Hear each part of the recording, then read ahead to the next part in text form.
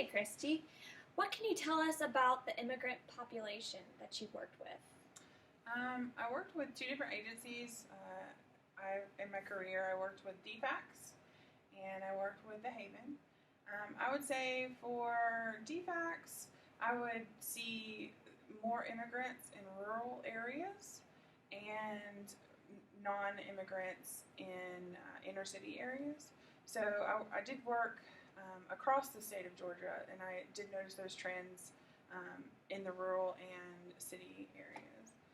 With The Haven, I worked with a very small population of immigrants simply because it was hard to reach those communities for various reasons. What are those reasons?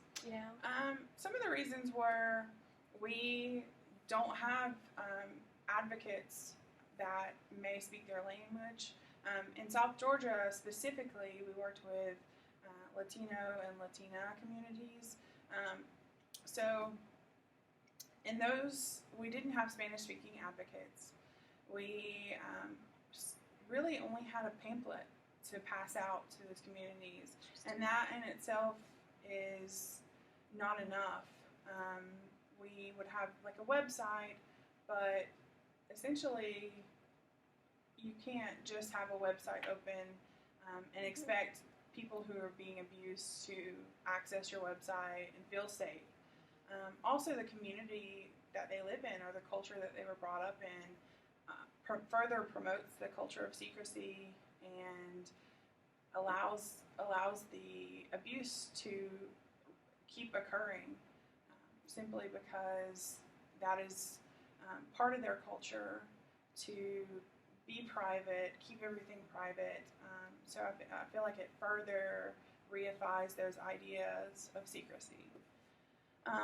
Also, outreach simply was hard because, again, we only had a pamphlet, or we didn't really have much to offer immigrant communities that.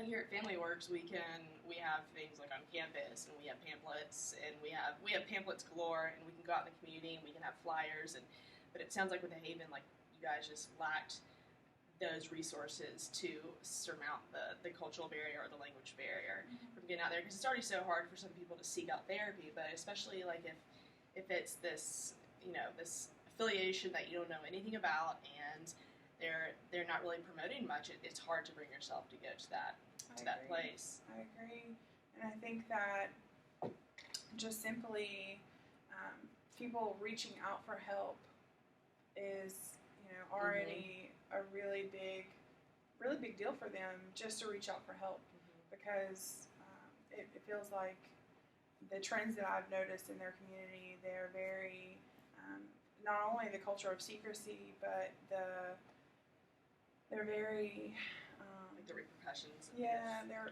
are repercussions if they were to reach outside of that community. So. Do you think, whenever you're seeing a client, like, do you ever think that they were in fear that when they got back home and they had a great session with you, that the dynamics would change? Like, if their spouse found out they were seeking help? Yeah. Definitely. If they reached out for help, for whether it be any kind of help within The Haven or DFACS for resources, then yes, they were definitely at risk, and they knew they were at risk, and they would let you know that they were at risk. Unfortunately, like I said, I was able to work with a very small population, because of that population, you had to work with people. I could only work with people that spoke English. And so it was very hard. And even if they couldn't fully express themselves in English, it was broken, and it was very hard. And though we did have, an immigrant telephone service that we could call, that's very clumsy, and it's really awkward. And usually if we would get a caller that was Spanish speaking, they would hang up before we could even get the immigrant translator on the phone. So it was awkward, and you feel like you're not doing enough, but then wonder what you can do. When you're with an agency, you're only limited to that agency's guidelines. What about, did you ever sense like a fear of could you ever sense that your client coming in on the first day, they were scared to report? Like, what were some things that you told them as potentially illegal or legal immigrant that made them feel like they were safe if they came to this social service? So with the Haven specifically, the Haven, they came to us. When I worked with DFACS, we came to them. Mm-hmm. So I'll specifically talk about the Haven. When they called us for help, we would automatically let them know, regardless of their immigration status, we were there to help. We were there to protect them. And we didn't really pry or ask. If they wanted help with their legal status, we could refer them out. But unfortunately, we could not help them with their legal status or their immigration status. Mm-hmm. However, as far as keeping them safe, helping to provide food while they're out away from their husband, we could do that. We could do the tangible stuff, a shelter, a roof to sleep under, clothes to wear. But we couldn't work with their legal status, and that was a big fear. That was a big factor for a lot of women that came in. Yeah, they probably would automatically assume they get deported if they were illegal and if they disclose that. Yeah, so we tried to reassure them of that, and it's not always easy, and that's probably why we had a very small population of immigrants that come in, because if you're not a citizen and you're fearful, A, that you're going to be abused, and then you're fearful that you're going to go to jail or be deported away from your kids, there are several, I could see why they would want to stay. Exactly, So. yeah. Do you have any personal stories you'd like to share? One that comes to mind is I was working in a rural area, and I did see a lot of farm workers in those areas, and so one of the stories was of an immigrant woman who was with her husband, very poor conditions. They lived with several people in one home, and they were all farm workers trying to make it work. The husband was abusing the wife, and the rest of the men that lived with her just simply refused to say anything. And so this was with DFACS, so when DFACS was involved, it came out that these men had been living there and stuff like that. So then DFACS expected them to get a new house, get a new car, get a new X, Y, and Z. And they barely could afford the house they were living with all these people. So I feel like the state puts these ramifications, or these this is how it should be. Yeah, this is how it should be. This is how it should look. Each child should have their own bedroom. However, for an immigrant family, and they're working on farms, that's not feasible. That's a really good point. It may not even be like that in their home country, wherever that is. They may, they may live with that many people in their house anyway.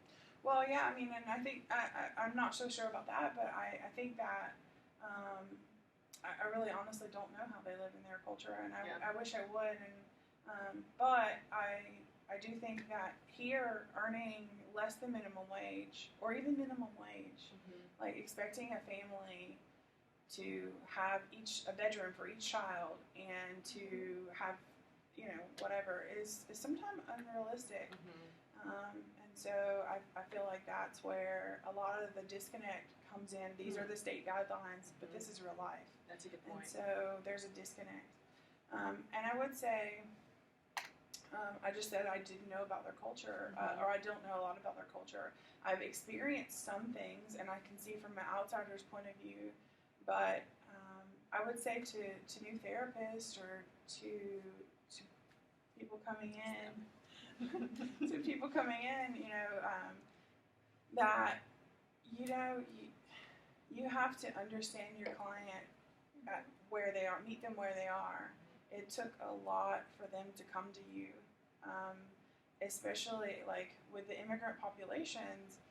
It takes a lot for them to come out of their community, come to you, and then so they're already making this huge leap.